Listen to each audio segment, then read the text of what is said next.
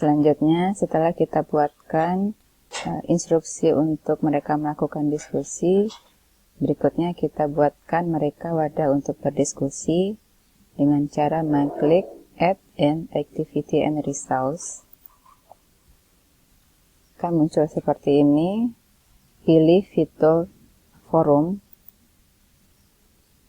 klik Add. Bisa dituliskan di sini nama forum, misalnya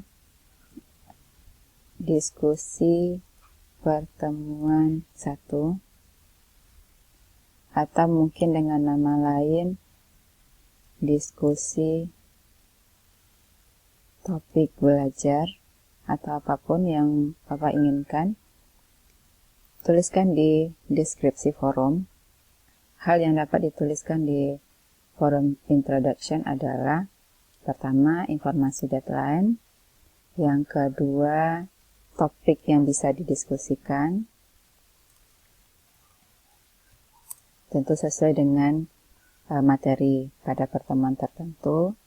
Kemudian informasi bahwa setelah mereka mengikuti diskusi, mereka menulis kesimpulan.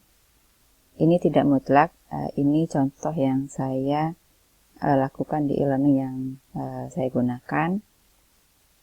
Jadi alurnya mereka berdiskusi, diinformasikan topik diskusinya. Setelah mereka mengikuti diskusi, mereka menulis kesimpulan. Jadi menulis kesimpulan dari diskusi yang mereka ikuti itu maksimal 2 halaman, spasi 1,5, Times New Roman 12, dan batas waktu mengumpulkan diskusi. Hal terakhir yang saya juga sering sampaikan adalah kehadiran mahasiswa dihitung berdasarkan partisipasi diskusi dan tugas kesimpulan yang dikirimkan ke e-learning. Kalau sudah selesai, tidak ada lagi informasi yang akan disampaikan. Pengaturan berikutnya adalah jangka waktu mereka melakukan diskusi. Untuk mengaktifkan waktu, kita bisa aktifkan di sini. Klik, boleh pilih salah satu scale-nya. Kemudian centang, restrict rating, baru waktunya akan muncul. Jadi kalau tadi kita set waktunya di atas itu 26 sampai 2 April, itu waktu seminggu. 26 Maret, misalnya jam 8 sampai 2 April misalnya. 2 April, jam ini bisa Bapak Ibu set waktunya. Jadi forum ini memang dirancang untuk kegiatan e-learning yang sifatnya asinkronus, artinya dosen dan mahasiswa aktif atau berpartisipasi dalam jangka waktu yang tidak sama. Jadi ini agak fleksibel, ini sesuai dengan kondisi kita, keterbatasan kuota mungkin, masalah jaringan, atau padatnya jalur lintas di e-learning yang membuat mungkin e-learning down dan lain sebagainya. Jadi kita berikan waktu yang fleksibel dengan memilih forum. Ini muncul wadah untuk mereka melakukan diskusi. Oke, coba Bapak Ibu klik lagi Add an Activity and Resources.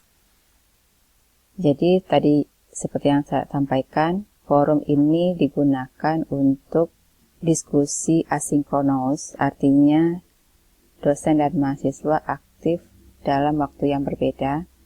Mungkin Ani akan memberi tangkapan pagi Rabu jam 7, atau mungkin akan dikomentari oleh Bayu Rabu jam 2 siang. Artinya mereka berada di e-learning dalam jangka waktu yang berbeda.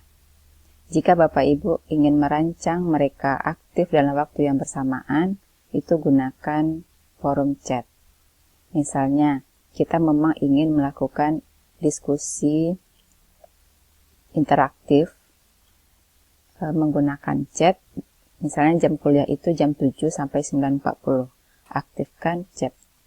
Aktifkan chatnya jam 7 sampai 9.40. Mari kita coba. Klik chat, kemudian add. Misalnya diskusi pertemuan 1. Bisa dibuatkan jamnya jam 7 sampai 9.40. Kita bisa instruksikan di sini bahwa diskusi akan berlangsung selama 3 SKS dari jam 7 sampai 9.40. Atur waktunya. Apakah ingin di sini bisa diatur waktunya mungkin mulai 6 Maret jam 7. Ini pengaturan sesuai dengan kebutuhan kita masing-masing. At the same time every week, every day. Publish the specific time only. Don't publish any chat time. Sesuai kebutuhan Bapak Ibu silakan diklik. Mungkin everyday ya. Kemudian pengaturan pesan terhapus. Apakah disimpan selama setahun atau 2 hari saja? Itu tergantung pilihan Bapak Ibu. Kemudian apakah semua orang bisa melihat pembicaraan sebelumnya di sesi sebelumnya, ya atau tidak? Silakan dipilih. Kemudian simpan dan kembali ke halaman mata kuliah. Jadi itu ya. Ini untuk diskusi asinkronus. Ini untuk diskusi yang sinkronus. Kita bisa pilih salah satu atau juga memvariasikan keduanya. Itu kreativitas masing-masing dosen untuk merancang pembelajarannya sendiri. Oke, selanjutnya yang kita butuhkan adalah wadah untuk mereka mengirimkan tugas.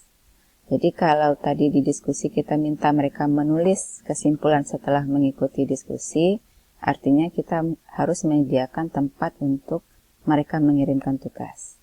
Caranya, klik Add an Activity, klik Assignment, klik Add. Mungkin di sini bisa ditulis kesimpulan pertemuan 1. Description-nya, saudara dapat mengirimkan kesimpulan diskusi di sini sebelum tadi kita buat tanggalnya 2 April 2020 jam 23.55 WIB. Jadi kita setting waktunya di sini, mereka mulai kapan sampai kapan.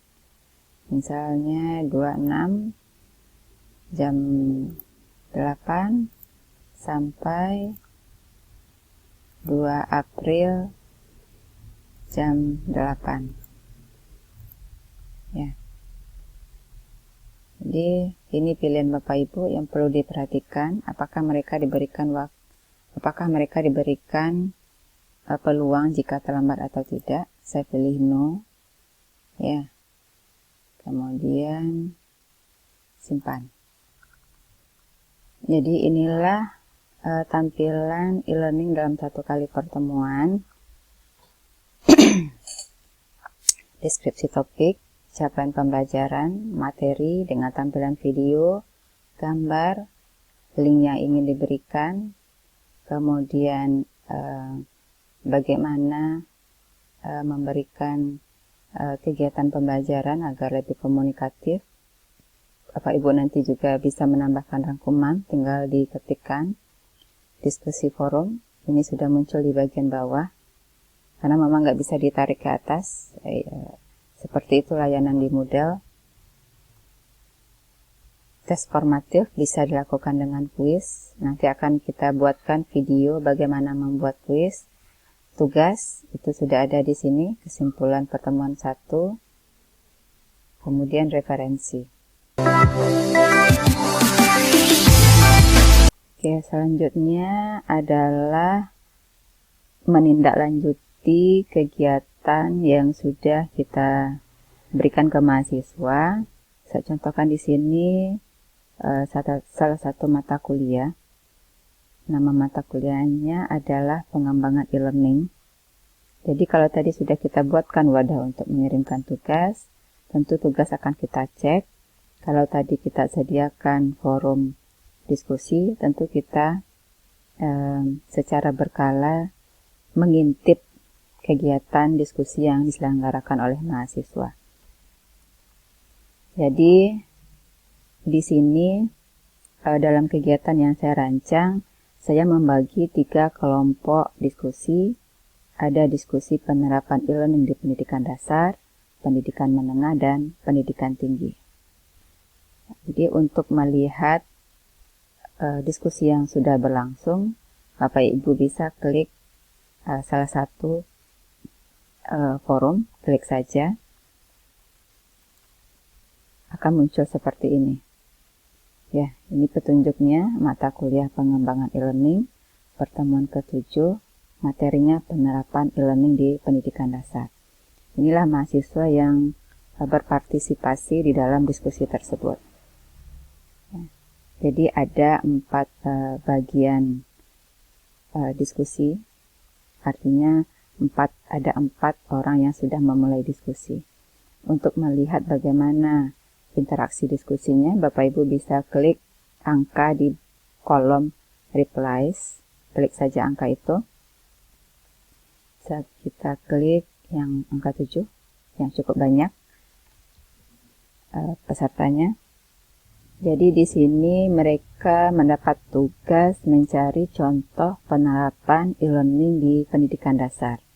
Jadi ini misalnya Ardila Putri menemukan contoh penerapan e-learning di SD Muhammadiyah 1 Klaten, dan dia mengirimkan videonya di sini.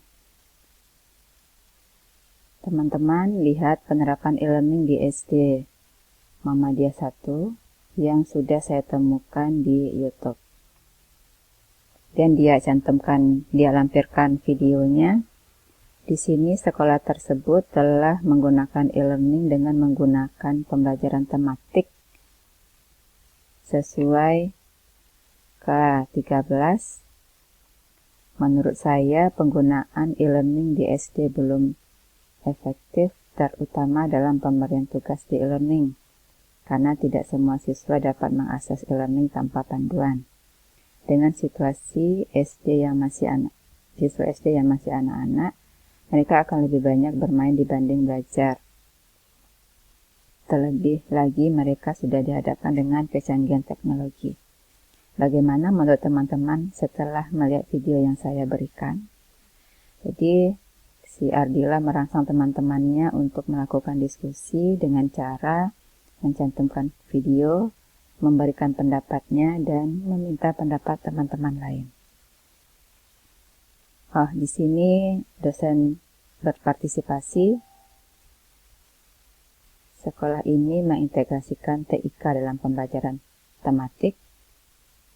2. Pada LMS, siswa dapat mengikuti materi, tugas, dan soal-soal. Setiap siswa punya akun. Siswa mengikuti kegiatan e-learning melalui akun masing-masing. Ini dapat membelajarkan siswa bertanggung jawab dan disiplin, karena siswa akan terkunci ketika waktu sudah habis. Artinya siswa tidak dapat mengirimkan tugas melewati waktu yang ditentukan.